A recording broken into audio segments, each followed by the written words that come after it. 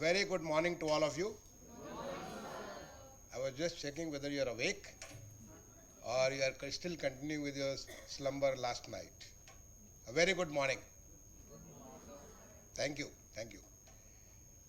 शारदा विश्वविद्यालय के pro vice chancellor आदरणीय श्री वाई के गुप्ता जी,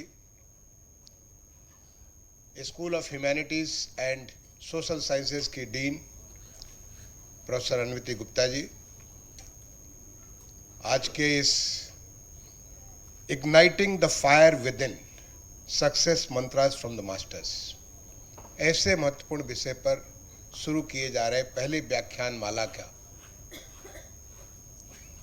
पहला स्पीकर होने का जो मुझे आपने गौरव दिया है, मैं उसके लिए बहुत बहुत धन्यवाद देना चाहता हूँ। मैंने आपसे पहले भी कहा था कि मैं क्यों हिंदी में ज़्यादा बोलता हूँ, इसलिए मैं उसको रिपीट तो नहीं करूँगा, लेकिन बीच बीच में राधिका जी के कहने पे मैं अंग्रेजी का भी प्रयोग करूँगा। पिछले बार मैंने लगातार हिंदी में बोला था, इस बार मैं बीच बीच में थोड़ी अंग्रेजी का भी उससे मिक्स करने की कोशिश करूँगा। आज के इस व्याख्यान माला में जितने सारे हमारे मेंबर्स ऑफ फैकल्टीज आए हुए हैं, जितने सारे हमारे छात्र बच्चे आए हुए हैं, आप सबका मैं स्वागत करता हूं पहली व्याख्यान माला के लिए। आपसे मैं अगले करीब 30 से 35 मिनट में बात करूंगा उन 7 सूत्रों के बारे में जो मैंने कहीं किताब से नहीं पढ़ा हुआ है, जो मैंने जिया है, जो मैंने पिछले 40 साल के अपने शासकीय सेवा में, पब्लिक सर्विस में या अपने स्टूडेंट लाइफ में, राइट फ्रॉम द चाइल्डहुड, ऐसी कुछ चीज़ें जो हमारे अपनी सीखे उसको मैं आपके साथ शेयर करूंगा। तो अगर इसका, क्योंकि ये तो आप सारे लोग प्रोफेसर हो और सारे एकेडमिक वर्ड के हो, तो अगर आपको लगता है कुछ आपके टेक्निकल एकेडमिक उससे कहीं ये मंत्र आपसे अलग होते हैं तो आप उसे इग्नोर कर सकते हैं, लेकिन इसे आप मेरी लर्निंग समझते हैं। This are learning from my life. In fact मैं इन केवल साथी नहीं बल्कि मैं तो कहूँगा 27 जो मैं इसके ऊपर काम भी कर रहा हूँ, मैं लिख रहा हूँ ताकि मैं अपने अनुभवों को दूसरों तक शेयर कर सकूँ। जैसे आगे जाने का रास्ता मिला, देश के लिए काम करने का मुझे मौका मिला, बहुत बड़ा सौभाग्य मिला मुझे, देश की बहुत सारी चीज़ें करने का मौका मिला, लोगों के साथ जीने का मौका मिला, ऐसे और भी लोगों को मिले। तो उसके लिए भी मैं आज कोशिश में हूँ कि इन चीज़ों को मैं लिपिबद्ध कर सकूँ और लोगों तक अपनी राइटिंग्स के माध्यम से पहुँच सकूँ। मैं समझता हूँ कि आने वाले समय में मेरी पुस्तक भी इसके बारे में आएगी। तो मैं इन 7 मंत्रों को अपने भाषा में अपने तरीके से आपसे शेयर करूँगा। पहला जो, इनफैक्ट बोलने के पहले मैं भारतीय संस्कृति वैश्विक केंद्र को भी धन्यवाद देना चाहूँगा। राधिका जी और अन्विति जी, आपको धन्यवाद देना चाहूँगा कि आपने मुझे मौका दिया है और मैं भी इसके माध्यम से मैं बहुत और लोगों तक पहुँचने की कोशिश करूँगा। सफलता क्या है ये तो आप जानते हो। जब पहले बात करते कि सफलता के 7 सूत्र, तो आखिर सफलता क्या है? सफलता वो है जिसके लिए आप आगे बढ़ रहे हो, जिसके लिए आप काम कर रहे हो।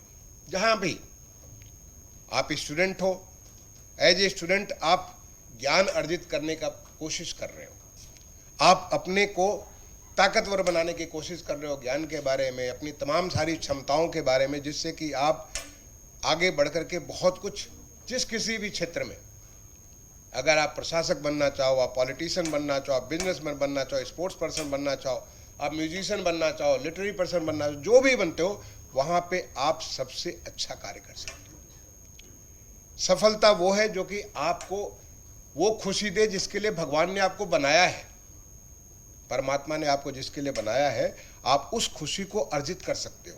क्योंकि भगवान ने आपको दुखी होने के लिए नहीं, बल्कि आप सुखी और सुख देने के लिए बनाया है। आप खुद भी खुश रहो और दूसरों में भी खुशियां बांटो। तो उस सफलता को हासिल करने के लिए आप क्या कर सकते हो? आप अगर फैकल्टी मेंबर हो तो आप फैकल्टी मेंबर के तौर पे आपका जो कर्तव्य है, उस कर्तव्य को कैसे पूरा कर सकते हो जिससे आप एक सफल फैकल्टी मेंबर माने जाओ। आप भी समझो अपने मन में और आपको समाज भी समझे कि एक सफल फैकल्टी मेंबर है। तो मैं उन्हीं मंत्रों को जो मैंने खुद किया, मैंने कहा उन चीज़ों को आपको शेयर करूँगा। जो सफलता के मेरा पहला मंत्र है वो है सेल्फ कॉन्फिडेंस। Self confidence. मैं बचपन से, मुझे मालूम नहीं कि मैंने कब से शुरू किया, लेकिन मेरे मेज पे जब मैं पढ़ता था तो हमेशा एक वाक्य लिखा रहता था, और जब मैं नौकरी में आया तो हमारे जो जहाँ भी मैं सेवा में था, अगर मेरे कमरे में आए होंगे तो कुछ चीज़ें हमारे कमरे में टंगी होती थी, जिसमें एक मंत्र हमेशा रहता था, man who wins is the man who thinks he can. Man who wins is the man who thinks he can. जीतता वही है जो सोचता कि हम जीतेंगे। जिसने पहले ही मान लिया कि हम नहीं जीत पाएंगे, पहले ही उसने हथियार डाल दिया कि ये तो मुझसे संभव नहीं है, वो जिंदगी में कभी नहीं जीत सकता। चाहे जितना भी प्रयास करना चाहे वो कभी नहीं जीत सकता। जीतने के लिए ये शिद्दत, ये आपका ये जज्बा जरूरी थे कि हम तो जीतने वाले हैं। इनफैक्ट जीत पहले ही हासिल कर लेते हैं लोग। अब उदाहरण के लिए कहें, जैसे जब मुझे आईएएस की परीक्षा देनी थी, आपको बताऊं, मैं 1983 में जब आईआईटी में मैंने बीटेक पूरा किया, और मैंने उसके पहले ही मैंने तय कर लिया था कि मैं आईएएस की परीक्षा दूंगा। तो मैं पहले से ही बता दिया था कि मैं तो इस साल, अगले साल आईएएस बनने वाला हूं। और मैंने इंडियन इंजीनियरिंग सर्विसेज की परीक्षा जो है, लोगों से कहता था कि मैं इसको केवल प्रैक्टिस के लिए दे रहा हूँ। बहुत सारे लोग इंडियन इंजीनियरिंग सर्विसेज की परीक्षा देते हैं, मैंने कहा प्रैक्टिस के लिए दे रहा हूँ। और लोग केवल एक परीक्षा देते हैं। लोग, ऐसा है कि 4 परीक्षाएं होती हैं इंडियन इंजीनियरिंग सर्विसेज में, इलेक्ट्रिकल, इलेक्ट्रॉनिक्स, सिविल और मैकेनिकल। मैंने कहा मैं दोनों, क्योंकि मैं इलेक्ट्रिकल इंजीनियर था आईआईटी कानपुर से, मैंने कहा दोनों दूंगा, इलेक्ट्रिकल भी दूंगा, इलेक्ट्रॉनिक्स भी दूंगा। और वो मैं केवल प्रैक्टिस के लिए दूंगा, मैं करने के लिए नहीं दूंगा। करने के लिए तो मैं आईएएस की परीक्षा दे रहा हूँ, सिविल सर्विसेज की परीक्षा दे रहा हूँ। और उसके हिसाब से तमाम सारी विपरीत परिस्थितियों के बावजूद कि चाहे हमने कोई कोचिंग नहीं ज्वाइन की किसी चीज़ के लिए नहीं। इंडियन इंजीनियरिंग सर्विसेज के मैंने 2 के 4 पेपर, इलेक्ट्रिकल के 4 पेपर इलेक्ट्रॉनिक्स के लिखे, उसके जनरल स्टडीज और इंग्लिश के पेपर लिखे। और वो पहले हमें अगस्त के महीने में परीक्षा होती थी। आईएएस की परीक्षा, सिविल सर्विसेज की परीक्षा नवंबर दिसंबर में होती थी, दोनों दिया। मैंने 2 इंटरव्यू दिए यूपीएससी में, इलेक्ट्रिकल का अलग इंटरव्यू दिया, इलेक्ट्रॉनिक्स और टेलीकम्युनिकेशन का अलग इंटरव्यू दिया। एक का 15 फरवरी को था, दूसरा 16 फरवरी को था। और फिर आईएएस का इंटरव्यू मैंने मुझे ख्याल है 8 अप्रैल को दिया। मेरी तबीयत बहुत ज़्यादा खराब थी जब मैं सिविल सर्विसेज की परीक्षा दे रहा था। मेरा भाई कह रहा था भैया इस साल छोड़ दीजिए, आपने प्री हो गया आपका, अब आप मेन छोड़ दीजिए, अगले साल दीजिएगा। मैं परीक्षा दे रहा था, मुंह में अपने रुमाल रख करके, इतनी ज़्यादा खांसी जुकाम और सब कुछ हो गया था, मुंह में रुमाल रखता था, फिर मैं इम्तहान लिख रहा था, क्योंकि दिमाग काम कर रहा था। और मेरा दिमाग बता रहा था, ये विश्वास था कि मैं हो जाऊंगा। और जब परीक्षा का परिणाम आया तो इलेक्ट्रिकल इंजीनियरिंग में पूरे देश में position number 1, electronics and telecommunication में पोजीशन नंबर 2 पूरे देश में, और सिविल सर्विसेज में पोजीशन नंबर 19। वो भी शायद इंटरव्यू में मुझे नंबर थोड़े कम मिल गए थे, क्योंकि मालूम नहीं कि मेरे अंदर पर्सनालिटी में क्या कमी थी। अगर थोड़े नंबर मिलते तो शायद उसमें भी पोजीशन नंबर 1 या 2 हो जाता। ये आत्मविश्वास था मेरा, जो सबको मैं बोल के रहता था कि मुझे बनना ही बनना है। और मैं इसलिए अपने बारे में कोई ब्रैग नहीं कर रहा हूँ, मैं आपसे अनुभव शेयर कर रहा हूँ, क्योंकि मेरा man who wins is the man who thinks. मैं पहले से सोच लिया था कि मुझे तो पब्लिक सर्विस करनी है, मुझे लोगों की सेवा करनी है। मैं गाँव का रहने वाला हूँ, मैं चाहता था कि मैं खेतिहर मजदूरों और सबके लिए मैं काम करूँ। इसलिए मेरे लिए सिविल सर्विसेज में आना बहुत जरूरी था, क्योंकि आईआईटी के जो मेरे रिकॉर्ड थे वो आज भी अनब्रोकन है। आईआईटी कानपुर के रिकॉर्ड मेरे आज तक कोई तोड़ा नहीं है। जब वहाँ के जो कॉन्वोकेशन हो रहा था, उस कॉन्वोकेशन में जब मैं 5वीं बार मंच पे मैं पहुँचा था, तो पूरा का पूरा हॉल खड़ा होकर के सब तालियां पीट रहे थे। पूरा पूरा बोर्ड खड़ा था, मेरे पास तस्वीर है, जैसे पूरा पूरा बोर्ड खड़ा था और सारे लोग तालियां पीट रहे थे और वो देख रहे थे कि कैसे ये बच्चा। और मेरे माता पिता दोनों थे, मेरे पिताजी केवल कक्षा 7 पास थे और साधारण सी सरकारी नौकरी में थे। मेरी माँ निरक्षर थी, जो कि अंगूठा लगाती थी, वो पढ़ नहीं सकती थी। लेकिन मेरे माँ बाप, मैं देख रहा था, दोनों रो रहे थे। उनको इतनी खुशी हो रही थी कि देखो सारे के सारे लोग खड़े होकर तालियां पीट रहे हैं, क्योंकि ये man who wins is the man who thinks he can. मैं उस बैकग्राउंड के आने के बावजूद भी ऐसा सब कुछ कर सकते हैं, ऐसा कोई संभव नहीं है, आपसे असंभव नहीं है। चाहे मैं हॉलैंड पढ़ने गया, मास्टर्स करने, या ऑस्ट्रेलिया पढ़ने गया, वहां भी मेरे रिकॉर्ड हैं। क्यों? क्योंकि मैं कभी किसी से नीचा नहीं समझता था, सोचता था कि हम कर सकते हैं। कोई देखो, एक सबसे छोटी सी बात मेरे पिताजी कहते थे, बचपन में मुझे कहते थे, जब मैं छोटा गांव में पढ़ता था, कक्षा 7 तक मैं गांव में पढ़ा हूँ, जब मैं गांव में पढ़ता था मेरे पिताजी कहते थे, बेटा अगर कोई कर सकता तो तुम भी कर सकते हो, क्योंकि सबको भगवान ने वही दिया है, 2 हाथ दिए, 2 पांव दिए हैं, 2 आपको एक मस्तिष्क दिया है, आपको ये सब कुछ वही चीज़ दिया है जो दूसरों को दिया है। तो अगर कोई कर सकता तो तुम कर सकते हो। और ये मन में ऐसी भाव बैठ गई कि भाई तुम कर सकते हो और तुम श्रेष्ठ करने की कोशिश करो। अगर तुम्हें लगता है कि कहीं कुछ काम नहीं कर सकते हो, अगर तुमको लगता है भाई स्पोर्ट्स तुम बहुत अच्छा, मैं स्पोर्ट्स में नहीं बन सकता था, कि मैंने देखा शुरुआत में मैंने स्कूल में सुविधाएं थी हमारे रांची में, मैंने लगा कि स्पोर्ट्स में मैं उतना अच्छा नहीं कर सकता हूँ, तो मैंने कहा छोड़ो, स्पोर्ट्स मेरे लिए नहीं है। जो मेरे लिए भगवान ने बनाया, भगवान ने मेरी क्षमताएं बनाई है, भगवान ने कुछ सोच करके मुझे बनाया, और वैसे आप सबको कुछ सोच के बनाया, किसी काम के लिए भगवान ने बनाया। आप उसके प्रति ईमानदार बनो तो देखो कि तुम जो भी सोचते हो, अगर अपनी क्षमता को समझ लो तो आप उस काम को कर सकते हो। इनफैक्ट हमेशा मेरे मन में तो भाव अपने ऋषियों का आता था। हमेशा मैं सोचता था कि हमारा देश देवतुल्य है।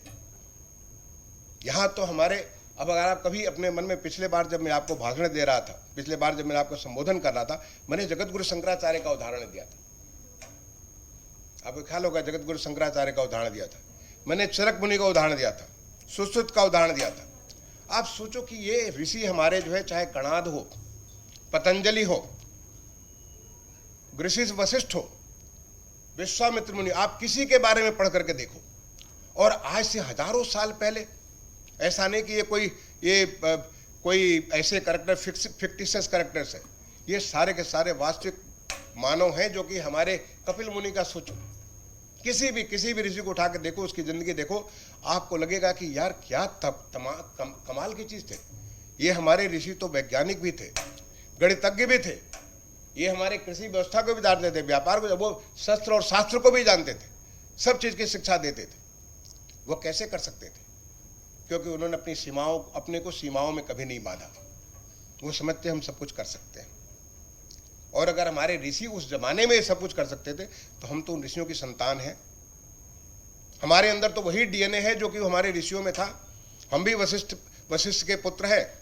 अगर हमारी पीढ़ियों को जोड़ा जाए तो हम कभी न कहीं से वशिष्ठ से जुड़ जाएंगे। अगर वशिष्ठ इतना सब कुछ कर सकते हैं, मुनि वशिष्ठ ऐसा कुछ कर सकते, तो हम क्यों नहीं कर सकते? केवल इसलिए नहीं कर सकते क्योंकि हम सोचते हैं कि हमसे तो संभव ही नहीं है। तो मैं बेटा पहली बात तो आप लोगों को कहूँगा, man who wins is the man who thinks he can. और इसको मैंने जिया है हमेशा, जितना भी कहे, कितनी सी कठिन से कठिन स्थिति आई हो, सब जगह मैंने इसको जिया है। ऐसा नहीं कि मुझे फेल्योर मिला, बहुत फेल्योर मिले मुझे, पढ़ाई में भी फेल्योर मिला है मुझे, नौकरी में फेल्योर मिला, बहुत सारी कठिनाइयों से होकर गुजरा, लेकिन हमेशा मन में एक विश्वास था कि मैं तो कर लूँगा, क्योंकि मेरे पास वही सब कुछ है जो दूसरों के पास है। अगर दूसरे कर सकते तो मैं क्यों नहीं कर सकता हूँ? ये मुझे मेरे पिताजी ने सिखाया, बचपन में सिखाया, और उसको लेकर के मैं जिया हूँ। और मैं ये पहला मंत्र आपको दूंगा, self confidence. Man who wins is the man who thinks he can, and please start thinking on those lines. आप देखो कि दुनिया की कोई चीज़ आपके लिए असंभव नहीं होगी। हाँ, लेकिन अपनी क्षमताओं को जरूर आंक लो, अपनी क्षमताओं को आंक लो, क्योंकि आपको जिस चीज़ के लिए भगवान ने आप में जो गुण दे रखे, उन गुणों को लेकर के आप आगे बढ़ो। जो दूसरा हमारा मंत्र है आपके सक्सेस के लिए, good health. Good health, good health का मतलब, जब तक हम मानसिक, वाचा, कर्मणा, हर तरीके से हमारा स्वास्थ्य ठीक नहीं रहेगा, हमारा आध्यात्मिक स्वास्थ्य ठीक नहीं रहेगा, हमारा मानसिक स्वास्थ्य ठीक नहीं रहेगा, हमारा शारीरिक स्वास्थ्य ठीक नहीं रहेगा, आप कुछ नहीं कर सकते हो। प्रधानमंत्री जी ने जब कोविड हुआ था कहा था कि जान है तो जहान है। जब तक आप में जान है तब तक जहान है, नहीं तो फिर जहान खत्म। आप चाहे कितने भी ताकत, कितना भी आपकी बुद्धि हो, कितनी भी बड़ी शक्ति में हो, अगर आपका शरीर ने ही आपको धोखा दे दिया, अगर आपके मस्तिष्क ने आपको धोखा दे दिया, आपका रडर गड़बड़ हो गया कि आप सही और गलत में पहचान करना भूल गए, वो आपका रडर आपका गड़बड़ हो गया, फिर तो क्रैश होना पक्का। अगर आप अच्छा कुछ करना चाहते हो, अपने स्वास्थ्य के प्रति हमेशा सजग रहो। इनफैक्ट बचपन में मुझे बाबूजी ने सिखाया था, हम लोग जब गांव में थे और गांव में बचपन में सिखाया था कि हमेशा कभी भी उगे हुए सूरज को मत देखना, हमेशा उगते हुए सूरज को देखो। हम लोग तो अब तो आज की डेट में प्रधानमंत्री जी की कृपा से आज सब जगह शौचालय बन गए, लेकिन उस जमाने हम लोग शौच करने के लिए सड़क पे, वहाँ पे, खेत में जाते थे। तो हम सारे के सारे बच्चे, हमारे बहुत सारे भाई, सब लोग, हम लोग सुबह सुबह जिस समय सूरज उगने वाला हो हमें पहले उठा दिया जाता था, 5 बजे 5:30 बजे उठा देते थे कि हम लोग जब दाते थे तो सूरज उगते हुए देखते थे, दाताओं करते थे तो सूरज उगते हुए देखते थे, यानी प्रकृति के साथ जीते थे। हमेशा बचपन में ही, मैं करीब 10 से 11 साल का रहा, बाबूजी ने मुझे योग सिखा दिया और योग मेरी जिंदगी का परमानेंट एक हिस्सा है। मैं नित्य 1 घंटे योग करता हूँ, योग भी करता हूँ, प्राणायाम भी करता हूँ और ध्यान भी लगाता हूँ। नित्य 1 घंटे में उसमें जरूर लगाता हूँ। खेल कूद मेरा जिंदगी का हिस्सा था। जब तक मैं 40 साल का था मैं बहुत अच्छा बैडमिंटन, टेनिस बहुत अच्छा खेलता था। गुप्ता जी को मालूम होगा, गुप्ता जी तो मुझे जब मैं कलेक्टर था आगरा में तब जानते थे। सुबह सुबह मैं टेनिस के मैदान में पहुंच जाता था और जम के टेनिस खेलता था और अपने से बहुत सारे, अपने से 10 साल 15 साल नीचे लोगों के साथ भी उनको हराने के लिए गेम खेलता था। यानी हारने के लिए नहीं गेम खेलता था, हराने के लिए गेम खेलता था। पूरे के पूरे शिद्दत के साथ गेम खेलता था मैं। बहुत सारे बैडमिंटन, टेनिस और लगभग हर एक गेम खेलता था। बाद में 40 साल के बाद मुझे लर्निंग हुई, मैंने कहा अब इसके बाद में कुछ और जॉगिंग वगैरह चालू करूं और अब मैं नित्य 1 घंटे तो कम से कम वॉक करता ही करता हूं, क्योंकि मुझे स्वस्थ रहने के लिए, जब मैं चीफ सेक्रेटरी था तो सवेरे 9 बजे से लेकर के रात में 11 बजे तक मैं कभी नॉन स्टॉप काम करता था। और कोई मुझे चाहे रात में 10 बजे भी आइए, 11 बजे भी आइए, तो आपको बिल्कुल वही तरोताजगी नजर आएगी जो सुबह आपको मिलेगी। अगर आप पूरे दिन स्वस्थ रहना चाहते हो तो आपको अपने ऊपर डिवोट करना होगा। मेरा हमेशा इंस्ट्रक्शन होता था कि कोई मुझे सुबह डिस्टर्ब नहीं करेगा। पहला 2 घंटा मेरा अपना, चाहे वो सुबह का मैंने हमारी मॉर्निंग वॉक हो या मॉर्निंग का खेल हो, और उसके बाद हमारा जो है उसके बाद जो हमारा योग प्राणायाम, पहले योग प्राणायाम और उसके बाद ये खेल और ये सब। तो ये हमारा 2 घंटा हमारा अपना है और इसके बाद सबका है, मैं सबके साथ शेयर करूंगा। तो ये अगर आप अपने स्वास्थ्य के बारे में ध्यान दोगे तो मैं समझता हूं कि आपकी सफलता कोई नहीं रोक सकता। हमेशा मस्तिष्क आपका ठीक चलेगा। और मैं एक के साथ एक और नया मंत्र जोड़ना चाहूंगा जो मैंने सीखा। माननीय प्रधानमंत्री जी ने एक नया मंत्र दिया, लाइफ। कितने लोगों ने लाइफ के बारे में सुना है? हाथ खड़ा करेंगे। नहीं, किसी ने नहीं। मुझे आश्चर्य है। लाइफ एक नया मंत्र प्रधानमंत्री जी ने दिया और इसको पूरे लाइफ मिशन के नाम पे चले देश में काम चल रहा है। Life style for environment, life style for environment. ऐसा कुछ करो जिससे कि हमारे इन्वायरमेंट को नुकसान न होने पाए। जब आप ऐसा कुछ करोगे तो आप स्वतः आपको फायदा होगा। आपका इन्वायरमेंट अगर ठीक रहेगा, पॉल्यूशन नहीं होगा, अगर आपका जो हमारे जो जितने सारे हमारे रिसोर्सेज हैं वो रिसोर्सेज हमारे अगर डिप्लीट नहीं करेंगे तो आप सबको एक बेहतर वातावरण मिलेगा। इसलिए मेरा मानना है कि इसको हमें बहुत ज़्यादा, हमें अपने हेल्दी लाइफ स्टाइल के बारे में बहुत आवश्यक है। हमारे अपने न्यूट्रिशन के बारे में, बहुत सारे जंक फूड खा करके बच्चे, अच्छा लगता है कभी कभी तो खा सकते हैं, लेकिन हमें न्यूट्रिशियस फूड आपके खाने में, मैं खा के बड़े साधारण से बैकग्राउंड से हूँ, लेकिन उस साधारण बैकग्राउंड के बाद में ऐसा नहीं होता कि साधारण आदमी के लिए जो है न्यूट्रिशन नहीं है। उसके लिए न्यूट्रिशन का अलग तरीका। पैसे से न्यूट्रिशन नहीं बनता है। ऐसा नहीं कि आप 1000 रुपये खर्च करोगे तभी न्यूट्रिशन फूड खाओगे। आप 100 रुपये में भी न्यूट्रिशन फूड खा सकते हो और 1000 में भी खा सकते हो। केवल ये दिमाग आपका चलना चाहिए कि हमारे शरीर के लिए क्या आवश्यक है, हमारे शरीर के लिए क्या क्या चीज़ें आवश्यक है, जिसकी वजह से हमारा मस्तिष्क भी ठीक रहे, हमारा शरीर भी ठीक रहे और हमारी हर एक व्यवस्था, हमारी आध्यात्मिक चेतना भी हमारी हमेशा बनी रहे। तो ये भी हमारे लिए, मुझे लगता है, good health is the second mantra. अभी मैं करीब, अभी बात हो रही थी गुप्ता से, मैं 63 क्रॉस कर चुका हूँ। आप अगर मेरे साथ चल करके देख लो, मैं कहता हूँ कि आप में से कितने लोग मेरे जितने तेज चल सकते हो। बहुत लोग कहते हैं साहब भागते रहते हैं। भागता नहीं, क्योंकि वही हमारी रफ्तार बन गई और that is the result of good health. जिस दिन मैं अपने आप को छोड़ दूंगा, अभी आपको बताया था मैंने पिछले बार कि मैंने कैसे पंचकर्मा कराया, और पंचकर्मा करने से मुझे कितनी फायदा है, क्योंकि मैं ऋषि चरक, जिन्होंने चरक संहिता लिखी और उनकी जो ज्ञान है उस ज्ञान को मैंने कहा मैं अपने शरीर पे करके देखता हूँ, उन्होंने जो ऋषि ने क्या सोचा था, और मुझे बहुत फायदा हुआ।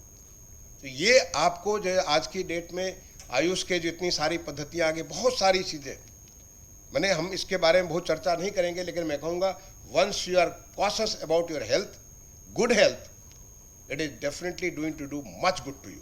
जितना आप कोशिश करोगे उससे कहीं ज़्यादा कोशिश वो करेगा आपके लिए। तीसरी जो इंपॉर्टेंट चीज है, जो तीसरा जो लर्निंग हमारी है, positive thinking. Always be positive. मैंने आपसे कहा कि मुझे बहुत सारी कठिनाइयों से गुजरना पड़ा, बहुत सारी सरकारी नौकरी में भी पढ़ता भी था, बहुत सारे कई सारे मुझे झटके लगे, लेकिन एक बात पक्की थी जो मेरे बाबूजी बचपन में मुझे कहते थे कि there is always a light after darkness. ऐसा कभी नहीं होता है कि जिंदगी में हमेशा अंधेरा ही अंधेरा रहे, हर अंधेरे के बाद उजियारा जरूर होता है। यही प्रकृति का नियम है। आप इसको अगर विश्वास करोगे तो आपकी थिंकिंग कभी निगेटिव नहीं हो सकती। नहीं तो छोटे छोटे कष्ट होते हैं, लोग सोचते हैं। एक मैं छोटा सा, जब मैं पढ़ता था, कहीं पढ़ा मैंने, एक चुटकुला पढ़ा कि कोई जा रहा था और जाते समय कई सारे दोस्त जा रहे थे, किसी के सर के ऊपर चिड़िया ने बीट कर दिया, बड़ा परेशान, आज क्या हो गया मेरा दिन, आज हमारे सर के ऊपर चिड़िया ने बीट कर दिया। एक दूसरे दोस्त ने कहा, अरे भाग्य बनाओ कि तुमको हाथियों को भगवान ने पर नहीं दिए।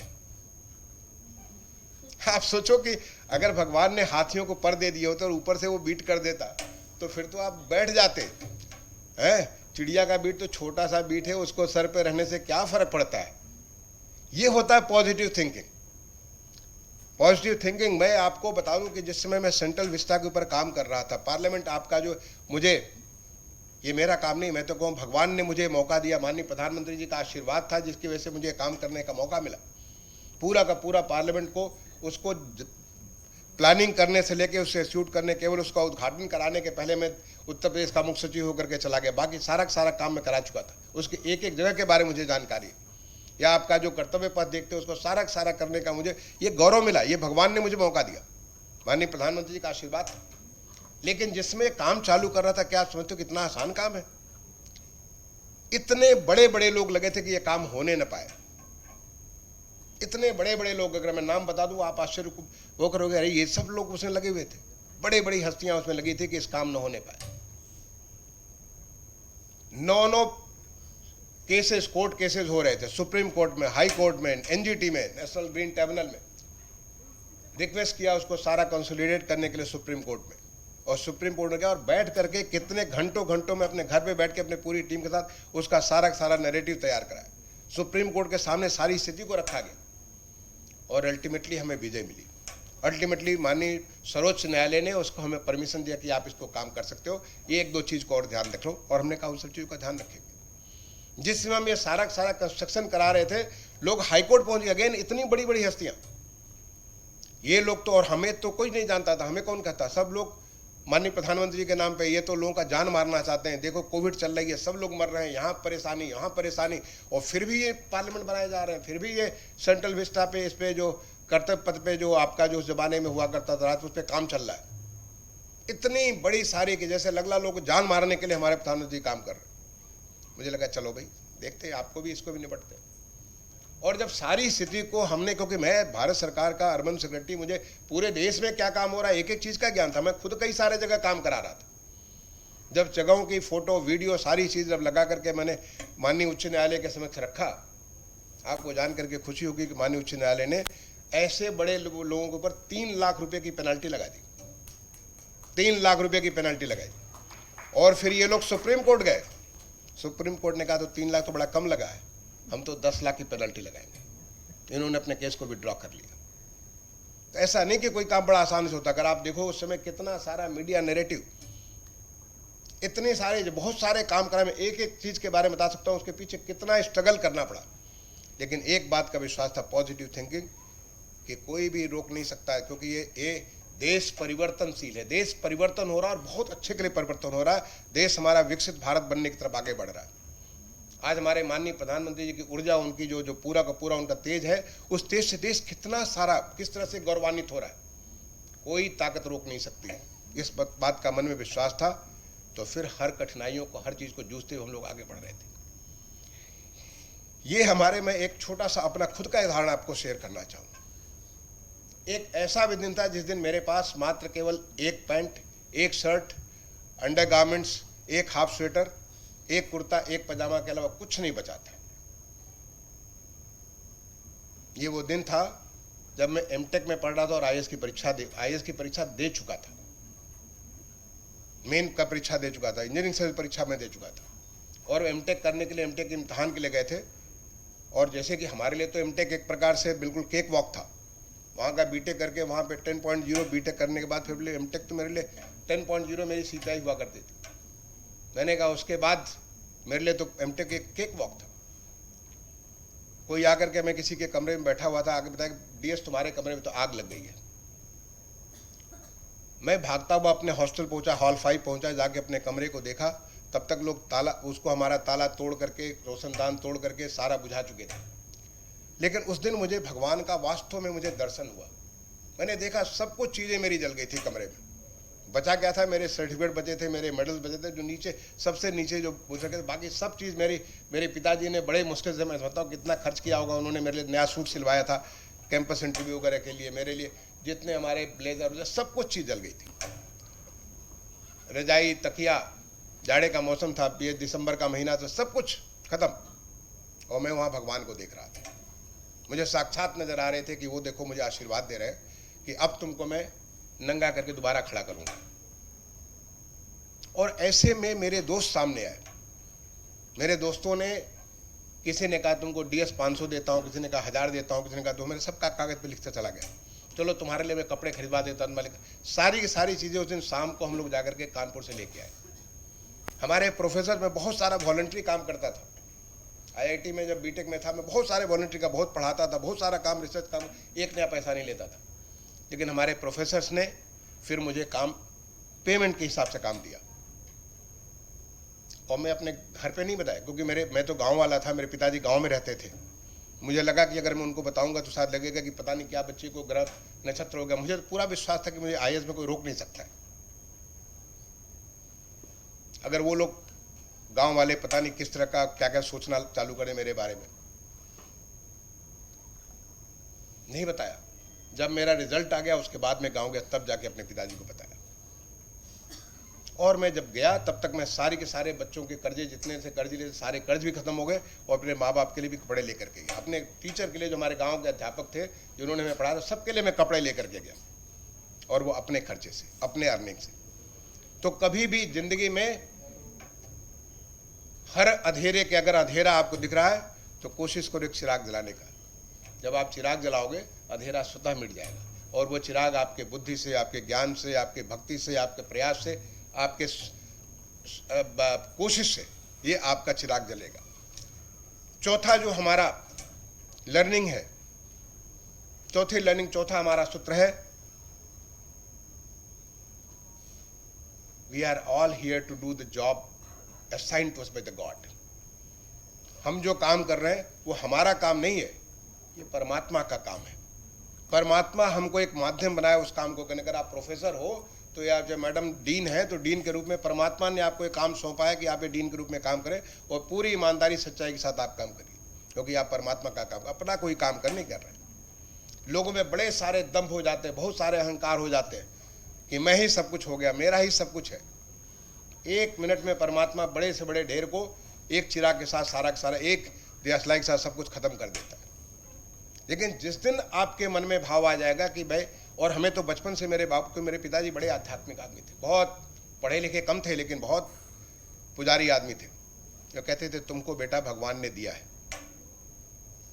तुमको भगवान किसी काम के लिए भेजे, तुम्हें मालूम नहीं है, अपना प्रयास करो, कर्मणैव अधिकारस्ते मां फलेषु कदाचन, वो उसमें विश्वास करो, तुम कर्म करते जाओ, बाकी वो रास्ता अपने आप तुमको देता चला जाएगा। कहाँ जाना है, कहाँ पहुँचना है तुम्हें नहीं मालूम, लेकिन वो तुमको निश्चित तौर से तुम्हारी डोर पकड़ करके वो काम कर रहा है। कई बार लोग बड़े परेशान हो जाते हैं, एक फेल्योर से लोग परेशान हो जाते हैं।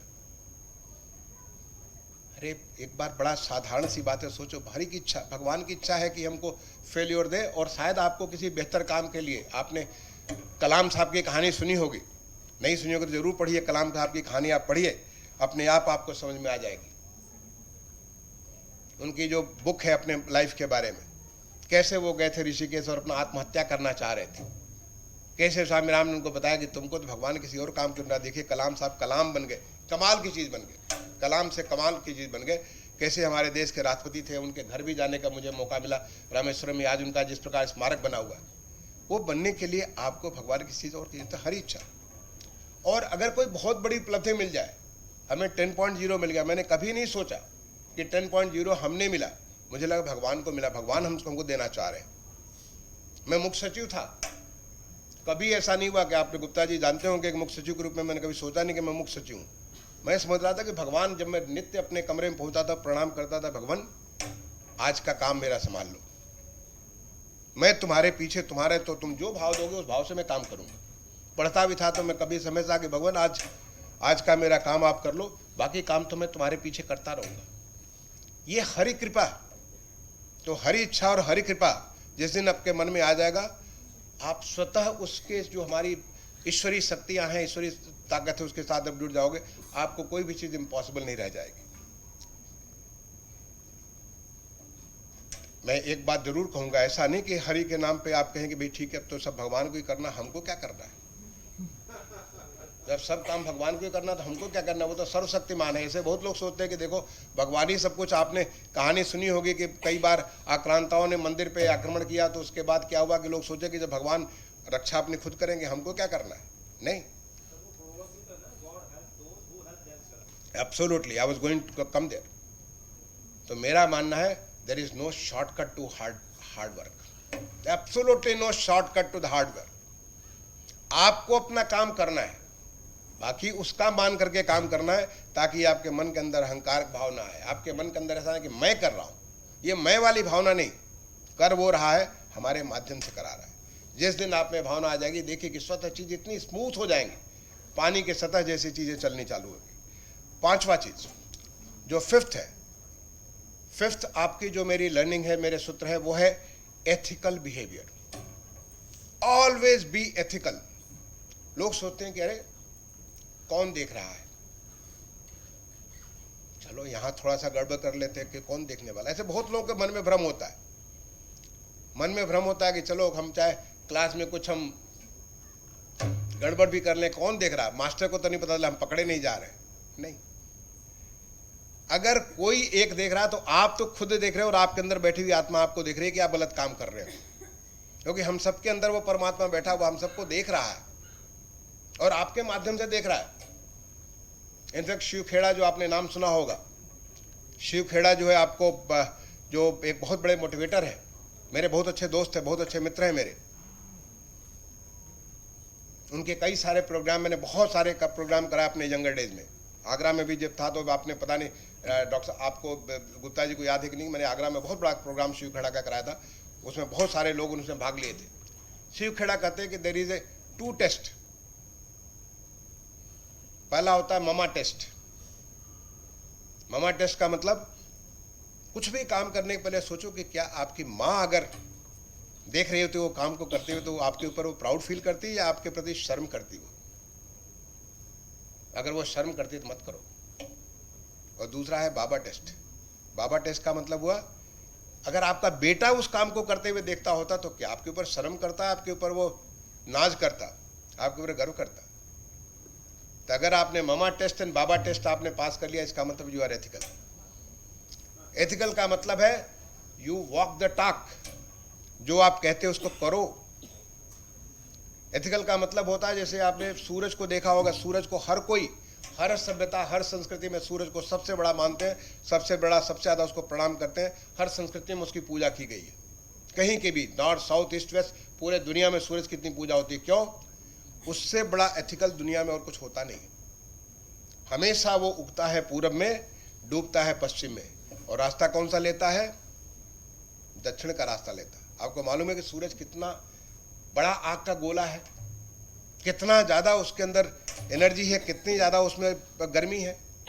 तो उसके लिए तो बड़ा अच्छा होता है हिंदुस्तान से वो अपना हिमालय के वादियों से अपना ठंडई लेता हुआ वहाँ से निकलता पश्चिम जाता। वो क्यों दक्षिण से जाता है? दक्षिण तो गर्म है। अगर आप हमें देखें तो दक्षिण गर्म है। वो गर्म चीज़ गर्म की तरफ से क्यों जा रहा है? क्योंकि वो उसने तय किया रास्ता पूरब से हमेशा पश्चिम दक्षिण के रास्ते से ही जाएगा। इतना बड़ा एथिकल चीज़ क्या हो सकती है? और ये हमारे अंदर जब भी आप सोचोगे कि अरे भाई चलो कोई बात नहीं, अभी तो हमारे मास्टर साहब नहीं देखते, अभी तो हमारी डीन साहब नहीं जानते, हमारे जो है डायरेक्टर साहब नहीं जानते हैं, जब तक आप सोचोगे, आपके अंदर बैठा हुआ भगवान देख रहा है कि आप अपने एथिक्स से कितने कॉम्प्रोमाइज़ कर रहे हो। मैंने कभी 40 साल की नौकरी नहीं, बल्कि मैं पढ़ता भी था, कभी ऐसा नहीं हुआ कि मैंने अपने एथिक्स से एक डग भी दाएं बाएं करने की कोशिश की। This has been my strength. लोग कहते हैं बड़ा कष्ट होता है, यस कष्ट होता है, लेकिन वो कष्ट क्षणिक होता है, जो उसका लाभ होता है वो लॉन्ग टर्म होता है।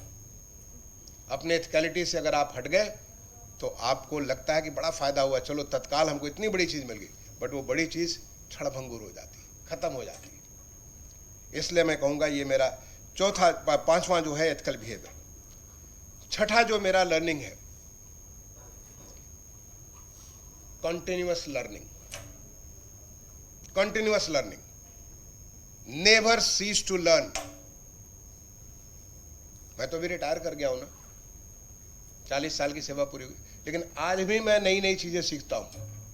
जब मैं गांव में पढ़ता था, जब गांव में रहता था और मेरे चाचा के लड़के आते थे और लोग कपड़ा आयरन कराने के लिए मुझे भेजते थे, बाजार में भेजते थे, तो मैं खड़ा खड़ा देखता था कि हमारा जो धोबी है, वो धोबी कैसे कपड़े को आयरन कर रहा है। उसको नहीं मालूम है कि हमारे धोबी को नहीं मालूम है कि वो जो कर रहा है वो मैं उससे सीख रहा हूँ। या जब मेरे गांव में हमारे जो मजदूर लोग जो है, जब उसको अनाज को वो करते थे, उसको भी मैं सीखता था। गांव में हमारे जो खेत, हमारे जो क्या कहते हैं खटिया बुनते थे, मैं भी सीख गया, मैं सब खटिया बुनने लगा। हर प्रकार के खटिया बुनने का मैं काम जानता था। हर काम जो है, छोटा बड़ा, हर काम को अगर आप देखते रहिए, सीखते रहिए। और आज तो टेक्नोलॉजी का जमाना है, अगर आप टेक्नोलॉजी सेवी नहीं हुए तो फिर आज के लिए आप अनफिट है। आज का जमाना इनोवेशन का जमाना है। आज का जमाना ऐसा है जिसमें आप कंटिन्यूअस आर्टिफिशियल इंटेलिजेंस, आज आपने अखबार में पढ़ा होगा कि कैसे अमेरिका में जो है पूरा का पूरा जुडिशल एक पूरा उसको ट्राइब्यूनल को उन्होंने बना दिया आर्टिफिशियल इंटेलिजेंस से, और उसको प्रेजेंट कर दिया कि हम आर्टिफिशियल इंटेलिजेंस से प्रेजेंट करेंगे। ये जमाना ऐसा है कि तो इतनी ज़्यादा लर्निंग हमारी बढ़ गई। ऑलवेज कीप योर लर्निंग, हमेशा अपने को हमेशा खुला रखिए। गांधी जी कहते थे कि अपने को सभी दरवाजे खिड़की खोल कर करो वो जो आप सही समझते हो, लेकिन दरवाजे खिड़की खोल कर रखो, जिससे सब तरफ से जो हवाएं आए, जो बयार आएगी, उसमें क्या मालूम कि आपके लिए कौन से काम आ जाएगी। कई बार लोग सोचते हैं कि भाई हमारे लिए क्या फ़र्क पड़ता है, हम करें चाहे न करें, हमारे लिए क्या फ़र्क पड़ता है।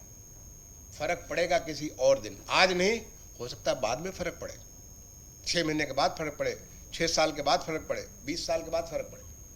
लेकिन कोई भी ऐसी लर्निंग नहीं है जो आपके, चाहे नया भाषा हो, चाहे नया काम हो, नई चीज़ें हो, आपके काम ना आए। तो मेरा मानना है कि कंटिन्यूअस लर्निंग, और जब लर्निंग करिए तो हमेशा रोल मॉडल, कौन आपका रोल मॉडल हो। आपको लगता है, जैसे मैं तो हमारे सिविल सर्विसेज में मेरे बहुत सारे रोल मॉडल हैं, और आज तो देश का सबसे बड़ा रोल मॉडल हमारे खुद प्रधानमंत्री जी हैं। उनसे बड़ा क्या रोल मॉडल होगा, जो कि एकदम देखते हैं कि कंटिन्यूअस देश के लिए हर क्षण जीते हैं, जिस प्रकार से काम करते हैं। आपको मैं कहूँगा लेक्स फ्रीडमैन का जरा आप जो उन्होंने पॉडकास्ट दिया है, वो 3 घंटे 8 मिनट का पॉडकास्ट है, मैंने उसको ट्वीट भी किया था। मैं कहूँगा हर बच्चे को सुनना चाहिए। देखो एक साधारण से असाधारण व्यक्तित्व बनने के लिए क्या जरूरत होता है। एक साधारण परिवेश में पैदा हुआ आदमी, गुजरात के वैसे दूर जगह पे, और आज पूरा दुनिया उसकी अलग गा रही है। कैसे?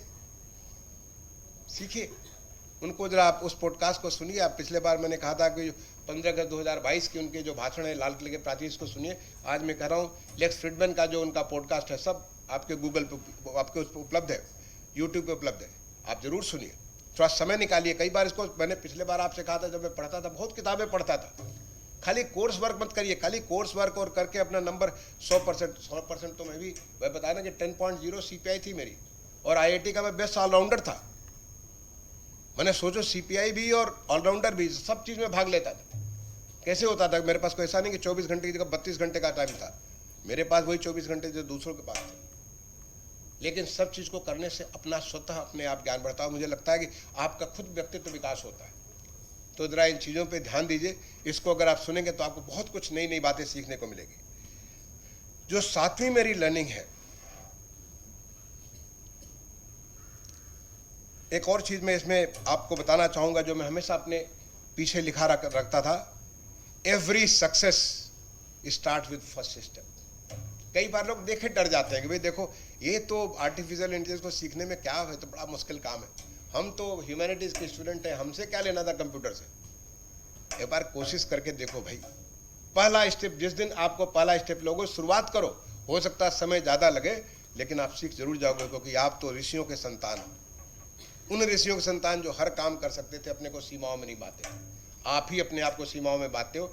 आज देखो कि देश जिस दिन सीमाओं को तोड़ना चालू किया, हम लोग कोविड में भी सबसे बड़े सक्सेसफुल पूरे दुनिया में निकल करके आए, क्योंकि हम सीमाओं में नहीं बांध रखते थे। हम वैक्सीन नहीं बना सकते, हम ये नई चीज़ नहीं कर सकते, हम ये काम नहीं कर सकते। अगर ऐसे बांधते जो हमारे दिमाग में बधा होता, तो शायद हम इसको भी बहुत सारे लोगों की मौत हो जाती।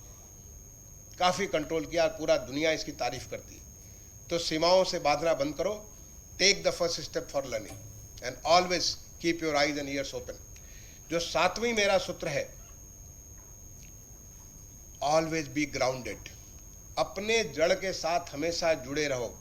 जिस दिन जड़ को तुमने बेटा छोड़ दिया, जिस दिन जड़ से आप मुक्त हो गए, समझ लो कि फिर तो तैरोगे, फिर कभी उगोगे नहीं, कभी बढ़ोगे नहीं, कभी तुम्हारे अंदर ग्रोथ होगा ही नहीं। अपने को अपने ग्राउंड से, अपने जड़, तुम्हारी जड़ कौन सी है? तुम्हारे माँ बाप है। वहीं से तो शुरुआत हुई। तुम्हारा पहला जो तुम धरती में आने के पहले तुम्हारे माँ बाप है। वो जमीन जहाँ से आज भी, मैं 40 साल के, मैं कोई बहुत एक्सेप्शन, कभी मैं ऑस्ट्रेलिया पढ़ने चला गया, हॉलैंड पढ़ने चला गया तो शायद वो एक्सेप्शन हो गया, कोविड आ गया, नहीं तो हर साल अपने गांव में ज़रूर जाता हूं और एक सप्ताह रख के अपने उस अनाज को जिसने मुझे मेरे शरीर को बनाया, उस अनाज को ज़रूर मैं खाता हूं। अपने आसपास के दसियों कोस के लोग, तमाम सारे लोग मिलते हैं और मेरे साथ वैसे ही मिलता हूं जैसे कि मैं उत्तर प्रदेश का मुख्य सचिव भी था, तो वैसे ही मिलता था। जैसे उनके साथ बचपन में गुल्ली डंडा खेलता था, जैसे उनके साथ चिकई और कबड्डी हम खेला करते थे, वैसे मिलते थे। ओला पाती खेला करते थे, वैसे मिलते। ये नहीं सोचते कि हम आज क्या हो गए, क्योंकि हम उन्हीं के बीच में हैं। अपने जड़ से जुड़ करके,